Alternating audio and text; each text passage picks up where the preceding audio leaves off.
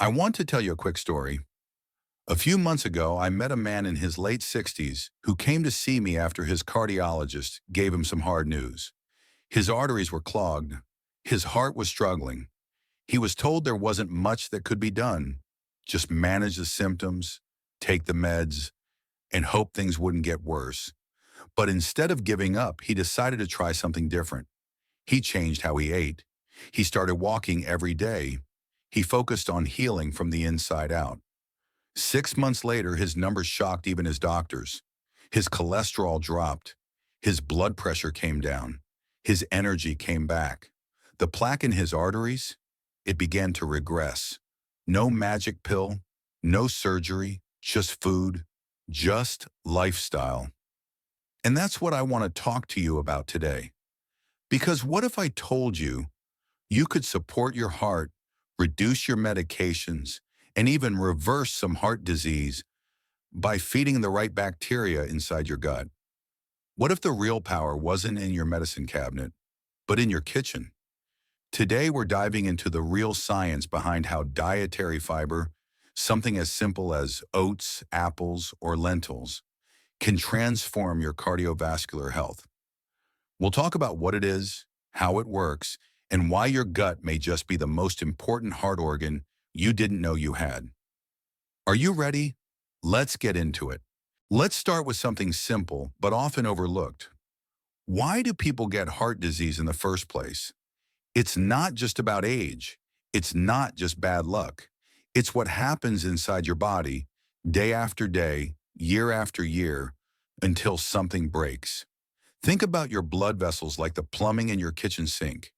At first, water flows freely, but over time, bits of food, grease, and gunk build up inside the pipes. Eventually, things get clogged. Water can't move. And then, you've got a problem. Now imagine that same buildup happening inside your arteries.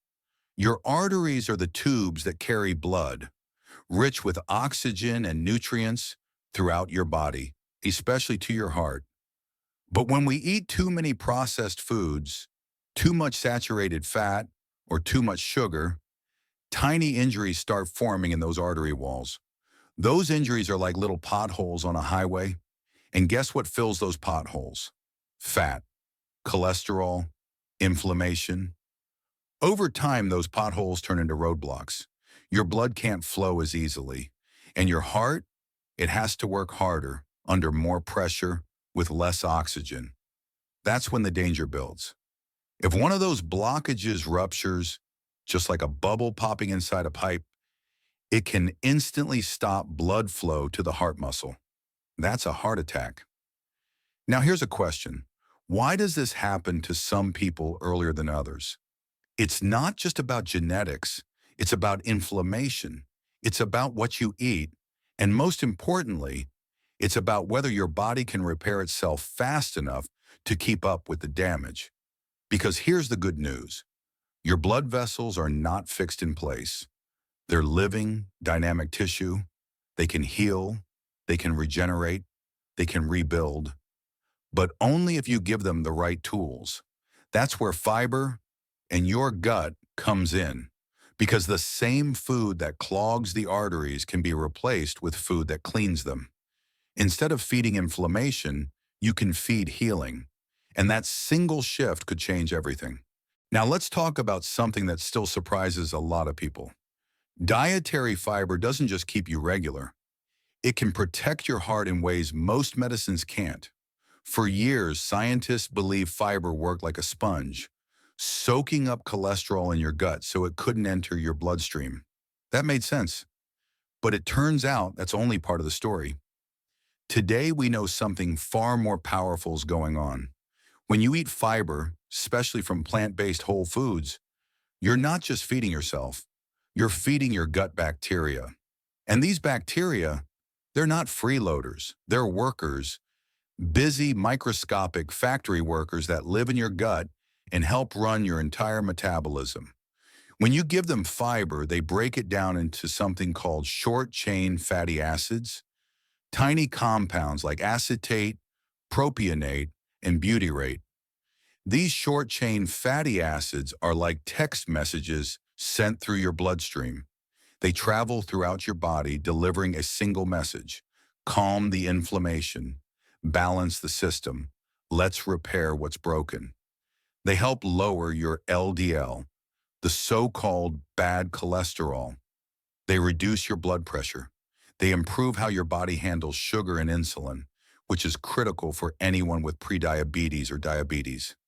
And perhaps most importantly, they lower chronic inflammation, the silent culprit behind not only heart disease, but also stroke, dementia, and more. Let me ask you something. Have you ever taken a medication that lowered your cholesterol but didn't make you feel any different? That's because pills treat numbers. But fiber feeds healing. It doesn't just push a lab value lower. It supports the systems that keep your entire cardiovascular engine running smoothly. One recent study showed that for every 10 grams of fiber added to your daily diet, you can reduce your risk of heart disease by about 7%. That's not a theory. That's not a guess. That's hard science, backed by decades of research and confirmed in people just like you. And here's what makes it even better. Fiber doesn't come with a warning label. No side effects, no prescriptions. Just real food, doing real work in your real body. Now, to be clear, I'm not saying you should throw out your medications. I prescribe life-saving medicines every day. But here's the thing. This is not about food versus medicine. This is food and medicine.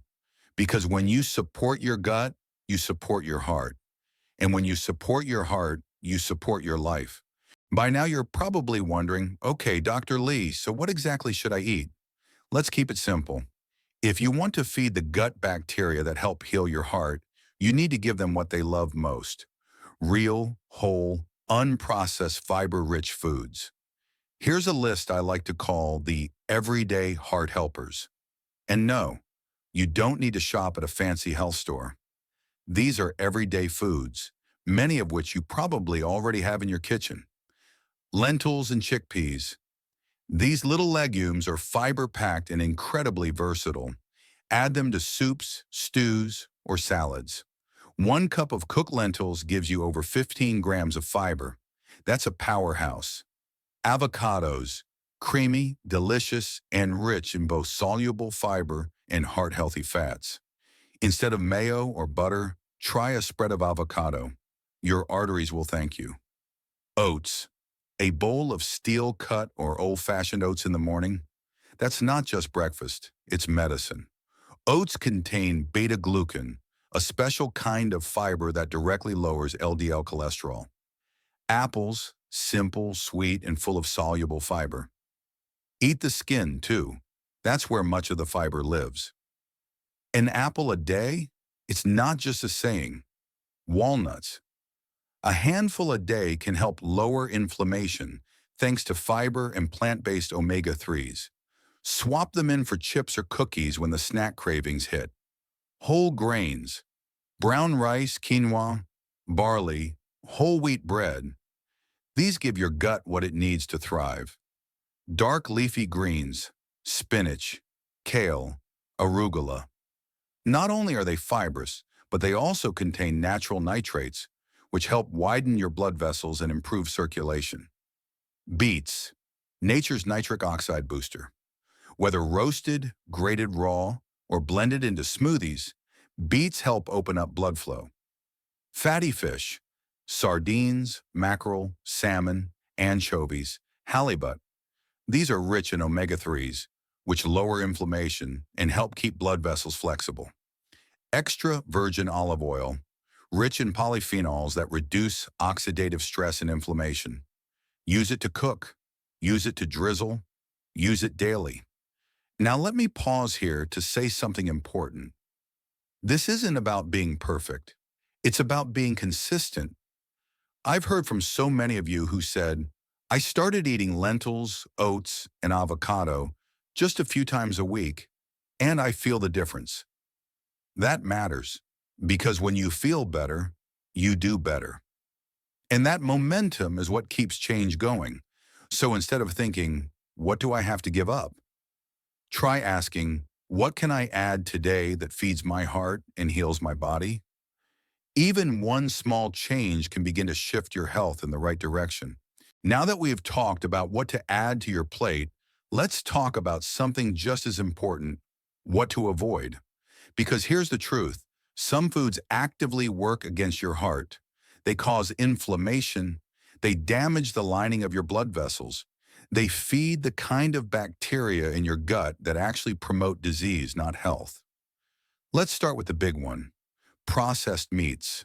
That means bacon, sausage, hot dogs, deli meats, bologna, and anything else that comes in a plastic wrapper and lasts longer than it should. These are loaded with saturated fats, nitrates, and preservatives that trigger inflammation and harm your blood vessels. Next up, red meat. Now, I'm not saying you can never have a steak again, but studies show that regularly eating large amounts of beef, lamb, or pork increases your risk of heart disease, especially when it replaces plant-based proteins. So if you eat red meat, keep it occasional. Make it a treat, not a habit. Here's another culprit, added sugar.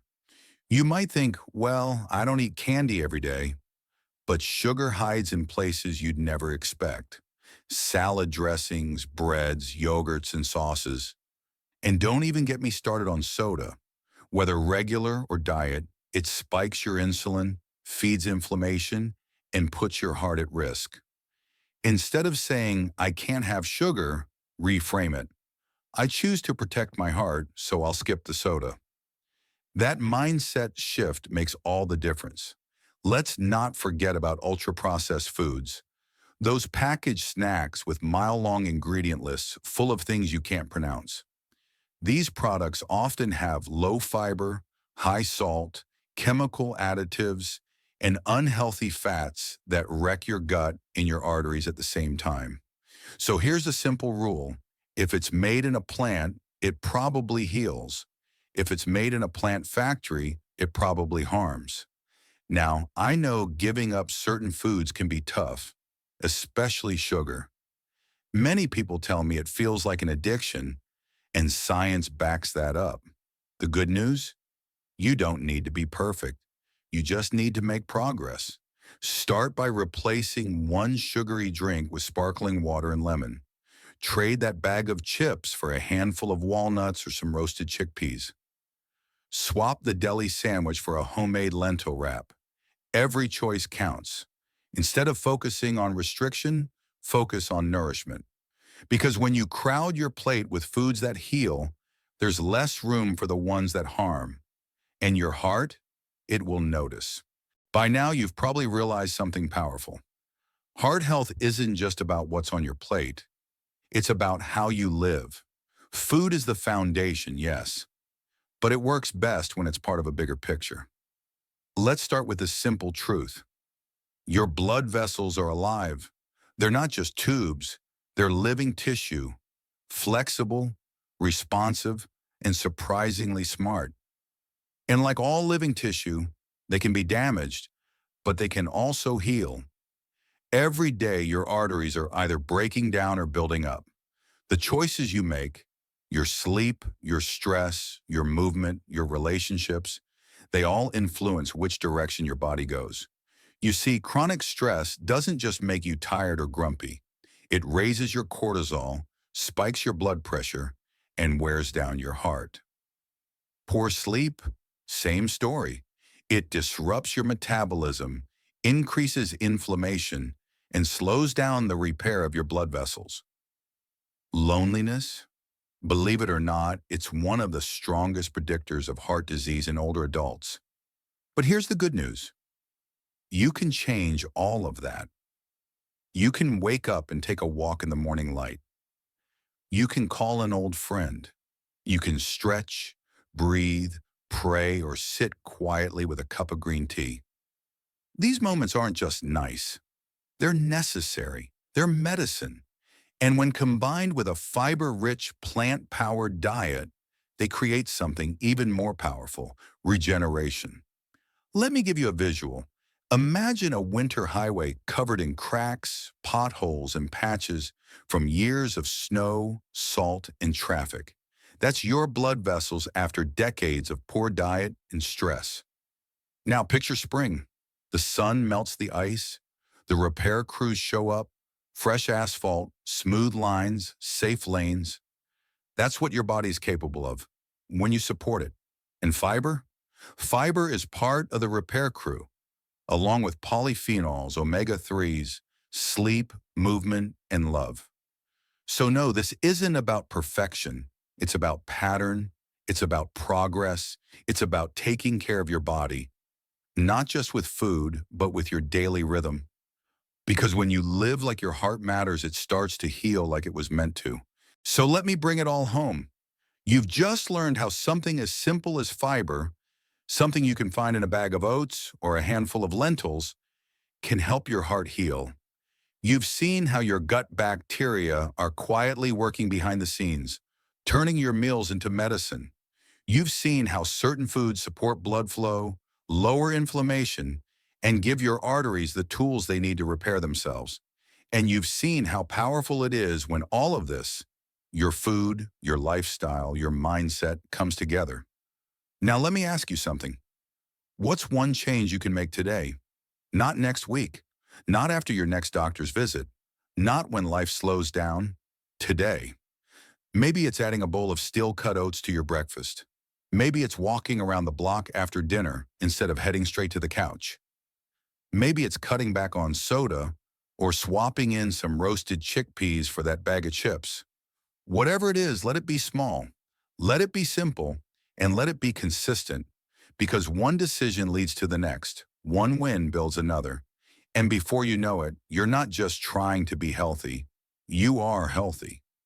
Now, if this video helped you connect the dots between food, fiber, your gut, and your heart, I've got more coming. We're just getting started. In my next video, I'll be talking about how to eat for blood sugar, whether you're pre-diabetic, diabetic, or just tired of the highs and crashes. And if you have questions about inflammation, cholesterol, bone health, or even the sugar cravings that so many people struggle with, leave them in the comments. I read them. I use them to plan what comes next. This isn't just information, it's a conversation, and you're part of it. So if you haven't yet, hit that subscribe button, turn on your notifications, and share this video with someone you care about. Because your health, it's not just your responsibility, it's your power, and today is a good day to use it.